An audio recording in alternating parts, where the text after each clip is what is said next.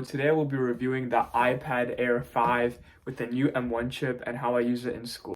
Upon Apple's initial release of the new iPad Air 4 and 5 series, they introduced Touch ID on the power button to the iPads, which many have said is significantly better compared to the Face ID on the iPad Pro. Another thing I want to mention about this iPad that Apple has changed is the build quality compared to the other iPads. I'll get back to that later. One of the main uses of this iPad is to take notes during class and to just in general study. Upon initially receiving this iPad, I at first thought I wouldn't use it all that much. I have a computer, it's gonna be all fine.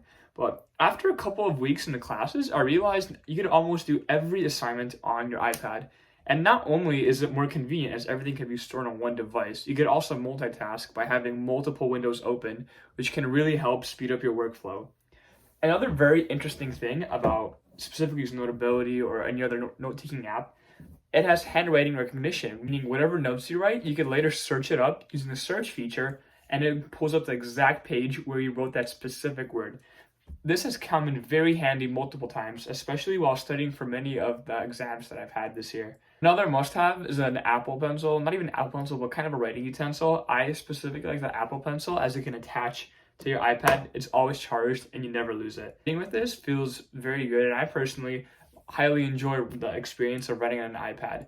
Not only are my notes easy to find, but also I can simply have an eraser or any colored pen using just this one device. I don't have to have a whole pencil case full of pencils. Generally, outside of school, using this iPad is also very useful. This iPad is also a powerhouse. From editing videos to browsing the weather and doing every single daily task, this iPad has no limit to what it can do. One of the very features that I really like is a tap on the screen and you can simply write a note on here. When Apple released the new iPad Air 5 with the M1 chip, there was also a lot of excitement over the new 8GB of RAM, which is now comparable to the Pro models. Because of the 8GB of RAM, there could be significantly greater amount of windows open at one moment. It means there's less reloading and you could do more intense workloads. For example, you could edit videos and not have to wait for long loading times. And also you could have a lot of background apps open, a lot of documents for school, for example, a lot of textbooks, notes, and all of that is ready for you to use, and it's not slow in any means. Battery life. Now, as Apple's M1 chip has been renowned for its efficiency with battery, I haven't had the previous iPad, but I can tell you that this battery life is more than enough to make it through a day. Typically, from note-taking apps, browsing through some documents, and doing regular schoolwork, I can get anywhere from 8 to 10 hours, which is fairly good because very few people actually need more time than that. Going back to the build of the iPad, I really like the design of the flat edges, like the iPad Pro models, and also the very nice, sleek, cool metal feeling back. However, one drawback with this new iPad is the build quality of the back part.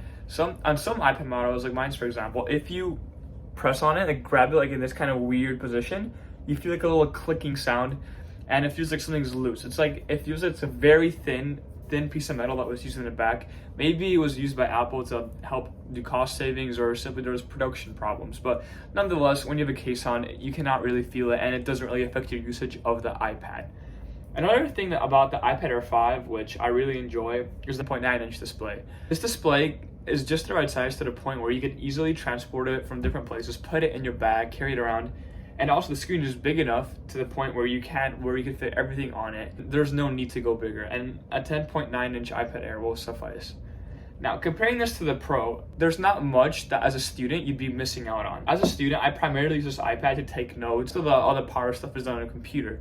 So for me, there's no need to have like a ProMotion display or any of that. So I guess the iPad Pros should be for people who are like professionals really working and in the creative field and need something that has a high refresh rate. Other than that, for students, the iPad Air 5 is the perfect thing you can get. It's a little bit on the higher end of the budget, and the iPad 9 would also work pretty well. But this iPad Air overall is a very powerful tool, and it's gonna for sure help all of us do better. Thank you so much for watching this review, and let me know in the comments down below which model of iPad you think you'll be going with. And if you are, iPad or paper, let me know.